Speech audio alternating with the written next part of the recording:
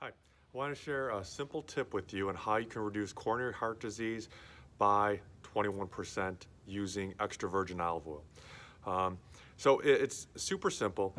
If you know what the American Heart Association found out is that if you simply just use about 5 grams of extra virgin olive oil on a daily basis, that will reduce coronary heart disease by 7%.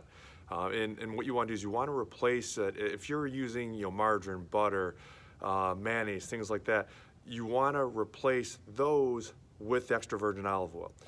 If you want to take a step further, which is very easy to do, if you use half a tablespoon, which is 7 grams of fat of extra virgin olive oil, that will reduce cardiovascular disease by 15% and coronary heart disease by 21%.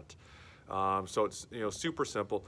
Actually, I just got done eating lunch, and what I typically do is I'll take a bunch of spinach or Swiss chard, kale, something like that, and I'll put a tablespoon of extra virgin olive oil on that, and typically I'll use apple cider vinegar, put a couple tablespoons on there and mix it up.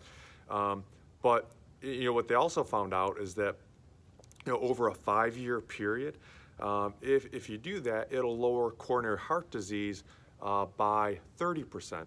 Such a simple step to do, heart healthy, and you can reduce the plaque buildup. And that's precisely what coronary heart disease is. It's where you get plaque buildup in those arteries, which can then lead to heart attack, cardiovascular disease. So simple step, just add a tablespoon daily to your regimen. You can cook with it. You can just throw it on your vegetables. Whatever works for you, just get it done. We're already working out. We're trying to be heart healthy. Add this to your daily routine. Hope that helps. If you want to read the whole article, just go to Dr. John Heary newsletter.com.